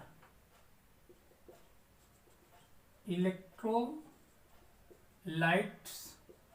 solution is called molar conductance या कंडक्टिविटी। देखिए दोनों टर्म यूज कर देते हैं इसके लिए, लैम्डा एम से रिप्रेजेंट करते हैं। बेटा क्या हो जाएगा, conductance of 1 molar electrolytes, 1 molar बोले तो 1 मोल पर लीटर वॉल्यूम का डिजॉल्व बेटा, तो ये कहलाता है मोलर कंडक्टेंस। बेटा लैम्डा एम के लिए फार्मूला क्या बनेगा, ध्यान दीजिएगा 1000 के कप्पा अपॉन मोलारिटी या कंसंट्रेशन सी लिख देते बेटा। यहाँ कप्पा क्या है, कप्पा क्या है, कटप्पा बाहुबली के मामा है ना, नो कंडक्टिविटी या स्पेसिफिक कंडक्टेंस। यम क्या है बेटा, मोलर कंसंट्रेशन और मोलारिटी, यहीं पर देखिए सी भी यूज कर देता है, सी मीन्स कंसंट्रेशन मोलर, और लैम्डा यम जो है दैट इज मोलर कंडक्टेंस।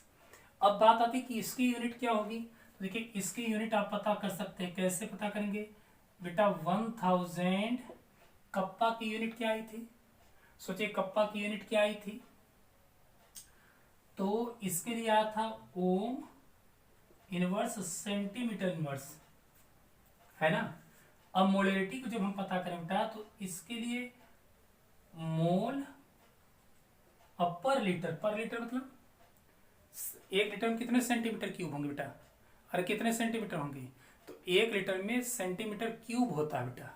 तो सेंटीमीटर क्यूब मोल पर लीटर, यानी पर लीटर क्या कहेंगे सेंटीमीटर क्यूब, तो सेंटीमीटर क्यूब ऊपर आ जाएगा, बात समझ में आ रही, सेंटीमीटर क्यूब ऊपर आ जाएगा। तो इसकी यूनिट क्या हो जाएगी, देखिए इसकी यूनिट ध्यान दीजिएगा, ओम इनवर्स, ओम इनवर्स, है ना। अब सेंटीमीटर -1 और सेंटीमीटर क्या हो जाएगा, बचेगा सेंटीमीटर स्क्वायर, एक कम हो जाएगा पावर, और मोल नीचे है बेटा तो मोल इनवर्स। अब मन करेगा तो इसकी जगह पर एसआई यूनिट क्या यूज करोगे, siemens centimetre square and mole inverse, it is the units of, it is the units of molar conductance. इसके शॉर्ट लो फिर हम आगे बढ़ते हैं। तो चलिए नेक्स्ट मैं देखता हूँ बेटा इक्विवेलेंट कंडक्टेंस और कंडक्टिविटी, लैम्डा इक्यू। देखिए इक्विवेलेंट वेट की बात करते हैं बेटा, तो यहाँ पर नॉर्मेलिटी के फॉर्म में हम लोग चलते हैं, किसके फॉर्म में चलते हैं, नॉर्मेलिटी के फॉर्म में करते हैं।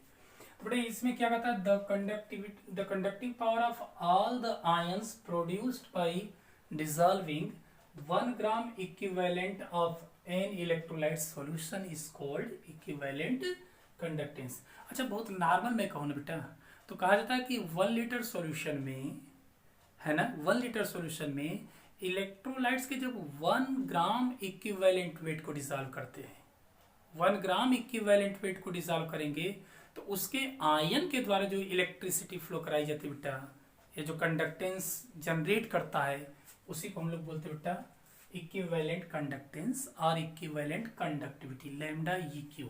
बेटा ध्यान देना, लैम्डा इक्यू के लिए फार्मूला क्या बनेगा, तो लैम्डा ई क्यू के लिए फार्मूला हो जाएगा बेटा 1000 कंडक्टिविटी कप्पा अपॉन, यहाँ पर नॉर्मेलिटी हम लोग लेते हैं बेटा, एन फॉर नॉर्मेलिटी, एन उसके नॉर्मेलिटी को शो करता है, ठीक है ना, नॉर्मेलिटी को शो करता है। और के क्या है बेटा, कंडक्टिविटी यानी कप्पा, बोले तो कटप्पा, बाहुबली के मामा है, तो बेटा कटप्पा यानी सॉरी कप्पा कंडक्टिविटी को शो करता है।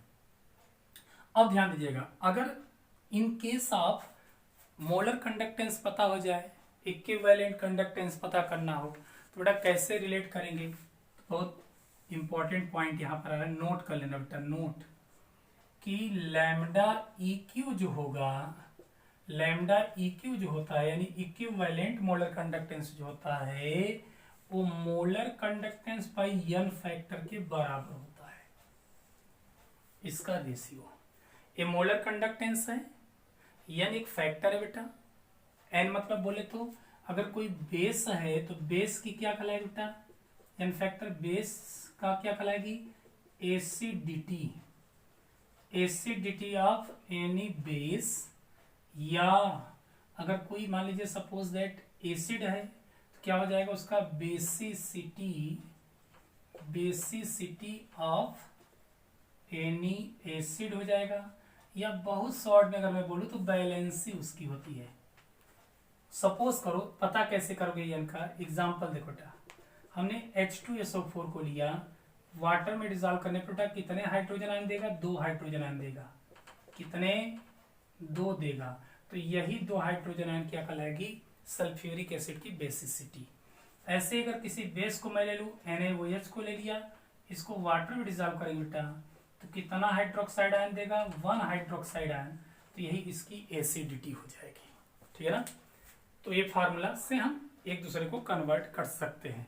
तो इसका स्क्रीनशॉट लो, फिर एक न्यूमेरिकल्स देखेंगे, ठीक है ना। तालिकाओं आज हम लोग देखते हैं नेक्स्ट पॉइंट, क्या कर रहा है क्वेश्चन कि the resistance of 0.5 molar acetic acid solution is 6 × 10⁵ ohm if diameter of electrode is 4 cm and length is 25 cm, then find out their conductance, cell constant, resistivity है, conductivity, molar conductance and gram equivalent conductance.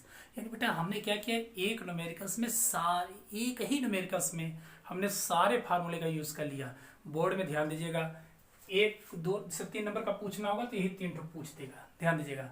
2 number का पूछना होगा, इन्हीं दोनों में से कोई पूछ देगा। 5 मार्क्स का पूछेगा, पूरा पूछ सकता है। तो हमने एक ही न्यूमेरिकल में 1 तीर से 5 निशाना, 5 ही नहीं 6 निशाना करने चल रहा हूँ, ठीक है ना। ध्यान से देखिएगा बेटा, क्योंकि हमारा टारगेट है कि कम से कम समय में अधिक से अधिक समय का सदुपयोग करना।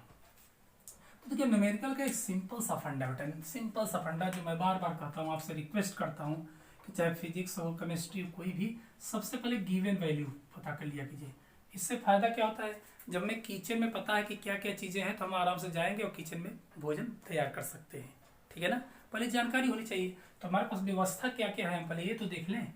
देखिए दिया क्या है, द रेजिस्टेंस ऑफ 0.15 मोलर, बेटा मोलरिटी दिया हुआ है, कितना दिया है molarity, m 0.5 molar, acetic acid solution etch इतना ओम, रेजिस्टेंस बेटा कह रहा है, रेजिस्टेंस कितना कह रहा है, रेजिस्टेंस कितना कहा, 6 × 10⁵ ओम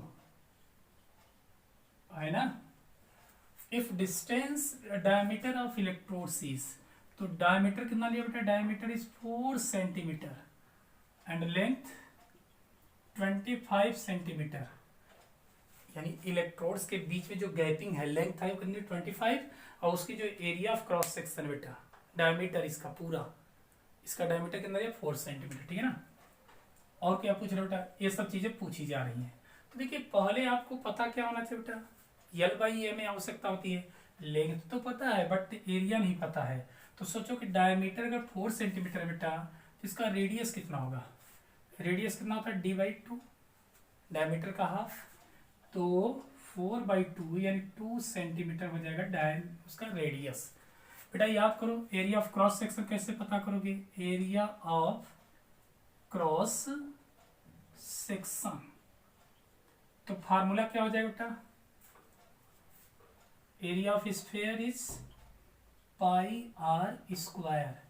पाई की वैल्यू कितनी होती है 3.14, 22/7 22/7 डिवाइड करेंगे तो 3.14, एंड आर कितना है बेटा, आर कितना है 2 का स्क्वायर, इसको 2 2 जा 4, 4 से मल्टीप्लाई करेंगे तो 14 चौका 56, 4 3 12, 12.5 सेंटीमीटर स्क्वायर।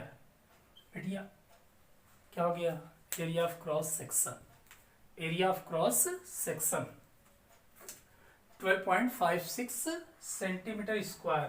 कंडक्टेंस कितना बेटा पढ़े हो, 1/रेजिस्टिविटी, सॉरी कंडक्टेंस रेजिस्टेंस का उल्टा है बेटा, रेजिस्टेंस का उल्टा होता है कंडक्टेंस।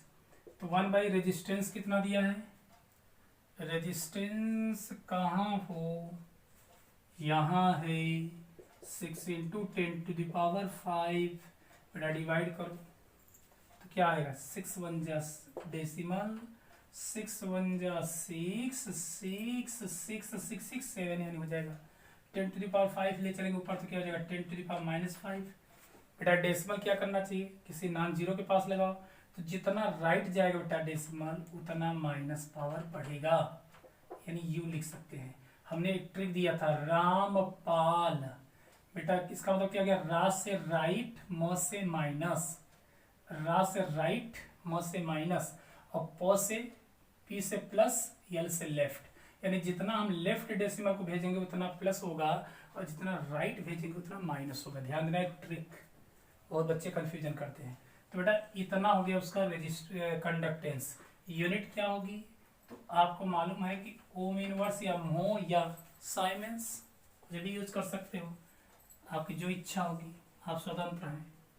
दूसरा बेटा सेल कांस्टेंट पूछ रहा है, बोलो सेल कांस्टेंट का फार्मूला नहीं पता गुरुजी, वाह बेटा नहीं पता से काम चलेगा, गलत बात, पता होना चाहिए। L by A length and area of cross section का रेशियो ही तो होता बेटा, जी गुरुजी पता हो गया, चलो वेरी गुड। तो यल कितना होगा बेटा, लेंथ कितना है बोलो, कुछ बोलते नहीं हो तुम लोग, काम चोर हो, 25। एरिया ऑफ क्रॉस सेक्शन कितना है बेटा, एरिया ऑफ क्रॉस सेक्शन ये आया ना, देखो एरिया ऑफ क्रॉस सेक्शन कितना है 12.56, ये बेटा लगभग 12.5 गुना। इसको कैलकुलेट करोगे तो क्या है सेल कांस्टेंट, तो अप्रोक्सीमेटली आ जाएगा बेटा 2 सेंटीमीटर इनवर्स, नहीं जाएगा अप्रोक्स, देख रहे हो ना 12 × 24, 12.5 लगभग ले लोगे तो लगभग 2 सेंटीमीटर इनवर्स। अब देखिए एग्जैक्ट आप पता करना होगा तो कर लीजिएगा, ठीक है ना, मैं मना नहीं करता हूँ, हम अप्रोक्स लेता हूँ, ठीक है बेटा। थर्ड पॉइंट क्या कहता बेटा, रेजिस्टिविटी। तो रेजिस्टिविटी अगर पता करना हो, फार्मूला बोलो, रेजिस्टिविटी रो, तो रो के लिए फार्मूला देखो बेटा, फार्मूला आपको बताया था मैंने, क्या फार्मूला बताया था, R = ρL/A आया था। तो रो के लिए फार्मूला क्या होगा बेटा, तो R × A/L नहीं हो जाएगा, हो जाएगा ना, तो रो हम पता कर लेंगे बेटा। ए R कितना दिया बेटा, रेजिस्टेंस कितना दिया है, तो रेजिस्टेंस की वैल्यू दिया 6 × 10⁵ रेजिस्टेंस।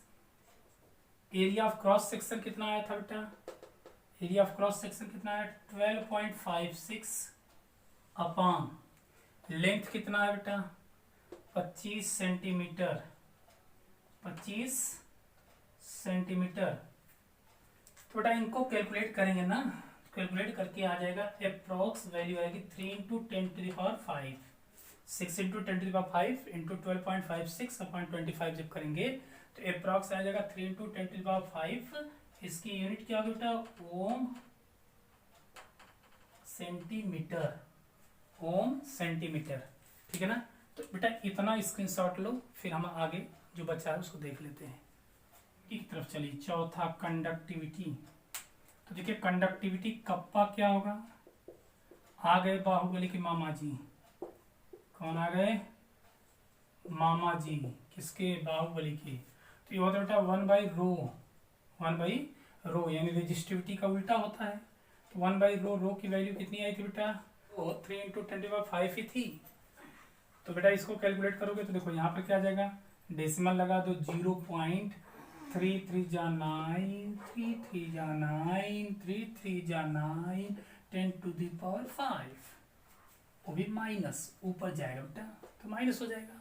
अब बताओ डेसिमल क्या करना चाहिए बेटा, एक अंक के बाद लगाओ, तो एक राइट ले जाएंगे तो राम राइट माइनस, एक माइनस और बढ़ा दो बेटा, -6।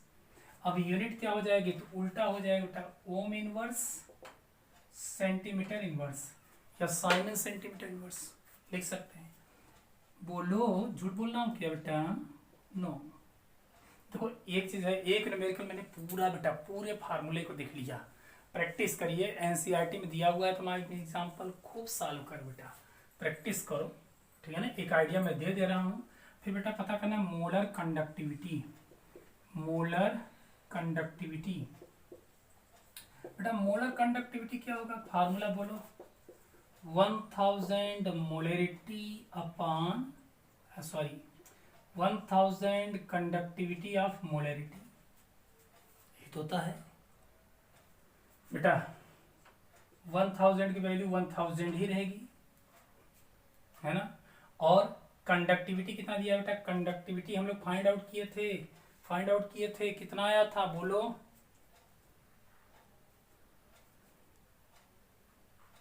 अभी तुरंत पता किया बेटा, कंडक्टिविटी ऊपर ही लिखे हो, तो 3.33 × 10⁻⁻6 ऊपर नहीं लिखे हैं।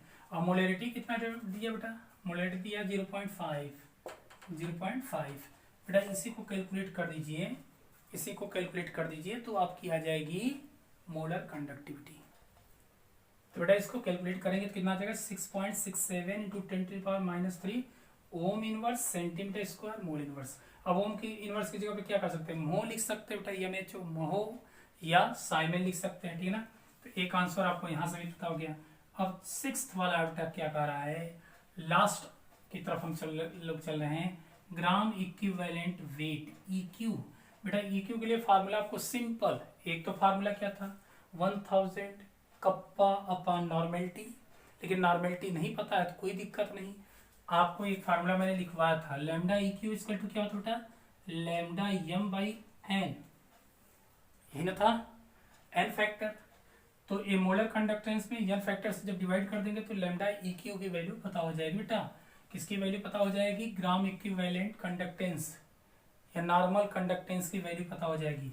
तो लैम्डा m की वैल्यू कितनी आई है, लैम्डा m की वैल्यू आई है 6 पॉइंट इक्वल लिखे हैं इंटू 10⁻⁻3, और इसकी n फैक्टर होगी बेटा 1, क्यों, क्योंकि एसिटिक एसिड लिए हो, ध्यान से देखना बेटा, एसिटिक एसिड को जब वाटर में डिजॉल्व करोगे तो कितना हाइड्रोजन देगा बेटा, एक एसीटेट आयन देगा और एक हाइड्रोजन आयन में ब्रेक होगा, तो इसकी बेसिसिटी 1 हो जाएगी, जितना कोई एसिड हाइड्रोजन आयन देगा वो इसकी बेसिसिटी होगी, तो n हो जाएगी, n की वैल्यू कितनी आएगी यहाँ पर 1, एक हाइड्रोजन दे रहा है बेटा, इसको कैलकुलेट कर देंगे तो हो जाएगा 6.67 × 10⁻⁻3, ठीक है ना, -3। तो बेटा जितना इसका मोलर कंडक्टेंस आया है, क्योंकि 1 इसकी n की वैल्यू है, तो आ जाएगा 6.67 × 10⁻⁻3 ohm inverse centimetre inverse gram equivalent inverse, ठीक है ना। तो माय डियर स्टूडेंट्स, फटाफट इसका स्क्रीनशॉट ले लिए होंगे। तो बेटा यहीं पर मैं आज विराम देता हूँ, फिर हम लोग मिलेंगे नेक्स्ट वीडियो के साथ, जहाँ बहुत इंपॉर्टेंट रूल से लेकर के हम आएंगे फैराडे के दोनों नियम पढ़ेंगे हम लोग, सेल क्या होता है, कोरोजन क्या होता है, इसी तरीके से प्रोडक्ट ऑफ इलेक्ट्रोलिसिस, ध्यान देना बहुत इंपॉर्टेंट पॉइंट है, कंपटीशन बहुत ज़्यादा पूछा जाता है कि कौन किसका प्रेसिपिटेट बनेगा, कौन आएगा, इन सब चीज़ों पर हम लोग डिस्कस करेंगे। तब तक के लिए मुझे विदा दीजिए, जय हिंद, जय भारत।